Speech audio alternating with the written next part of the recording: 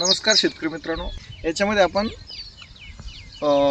Jumbo आणि stump expert दिलं होतं. मी एक कंद या ठिकाणी उपटून ठेवलेला आहे. तुमच्या समोर सुद्धा मी उपटून दाखवतो. हा याच्यासाठी उपटून ठेवला होता की ह्याच्यामध्ये काय काय फरक होतोय तो मला तुम्हाला या ठिकाणी दाखवायचा आहे. हे बघा, जवळ घे इकडे एक मिनटं. याची सुरुवातीपासूनच जे हे आता हा मेन एकच कोंब होता.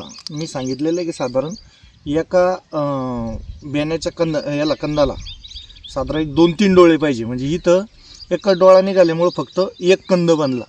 जर बेण्याला समजा 4-5 डोळे असते, 3-4 डोळे असते, तर असे 3 कंद बनले असते वेगवेगळ्या दिशेनं. तर हा एक आहे.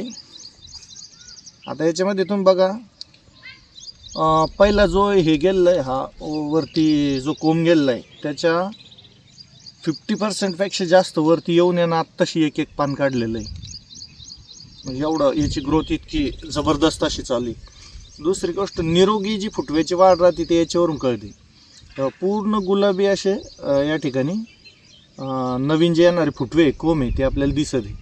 आणि दुसरी गोष्ट, इथं कंद बनताना जाडी बघा, म्हणजे जाडी आणि कंदाच्या कांडीची लांबीसुद्धा व्यवस्थित या ठिकाणी होते. एक लक्षात ठेवा, नुसत्या लांबीला या ठिकाणी महत्त्व नसतं कधी पण, जाडीसुद्धा अतिशय महत्त्वाची असते.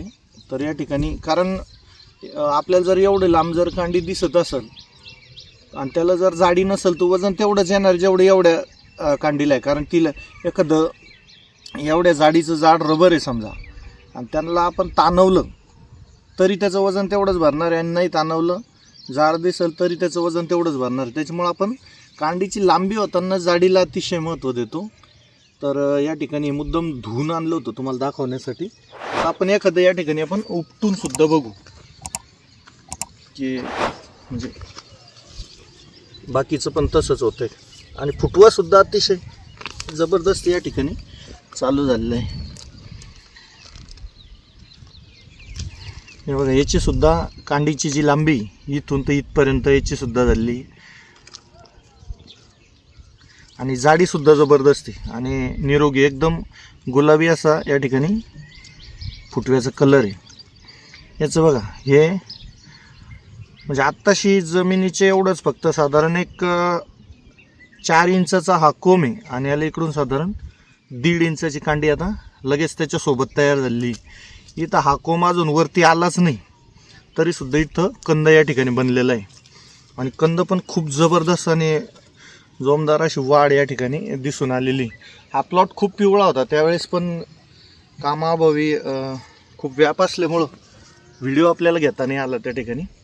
आणि मित्रांनो, जम्बो आणि स्टंप एक्सपर्ट दिल्याच्या नंतर याला खत पण दिलेलं आहे आपलं N21 आणि 4356 ह्या प्लॉटला दिलं होतं. तिकडं आपण 25-25 दिलं होतं, जो दुसरा प्लॉट आहे. या ठिकाणी मी तुम्हाला आता फुटवे दाखवतो की कशा पद्धतीने फुटवे या ठिकाणी निघू लागले, कारण तुम्हाला लांबून लक्षात येणार नाही. हे बघा, हे अशी पूर्ण भोरे भोरे, तिकडं 2 अशी पूर्ण फुटवे.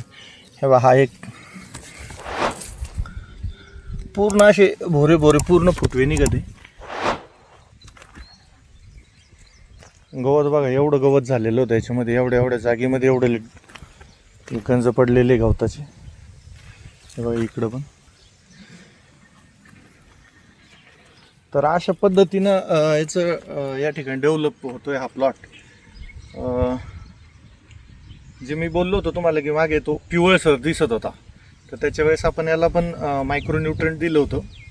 5 किलो एकरी आपलं मायक्रो प्लस जे होतं ते खूप पिवळसर झाला होता हा प्लॉट.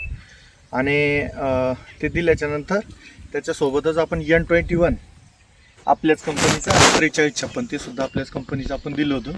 आणि एकदम पेस्ट असं या ठिकाणी ग्रोथ, ग्रीनरी आणि कंदाची जी सुरुवातीपासूनची जी अवस्था आहे ती या ठिकाणी बनत आहे. तुम्हाला लाईव्ह आपण एक प्लॉट आहे आमच्या चुलत भावाचा, त्याच्यावरती XXL सोडून आणि 8 दिवसानंतर कसे रिझल्ट येतात ते सुद्धा आम्ही तुम्हाला पुढच्या व्हिडिओमध्ये दाखवणार आहे.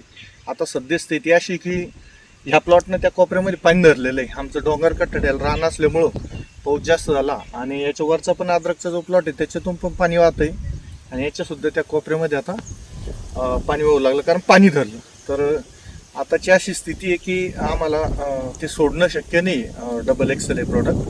तर तुम्हाला ज्यावेळेस थोडं वापसा कंडिशनमध्ये येईल त्यावेळेस डबल एक्सेल हे प्रोडक्ट सोडून आणि मग 8 दिवसानंतर त्याचे काय फायदे झाले ते सुद्धा आम्ही तुम्हाला सांगणार. त्याला जम्बो आणि स्टंप एक्सपर्ट याचे रिझल्ट कसे आले हे तुम्हाला लाईव्ह या ठिकाणी आम्ही दाखवू. मित्रांनो, हा व्हिडिओ इतर शेतकरी बांधवांना नक्की पाठवा.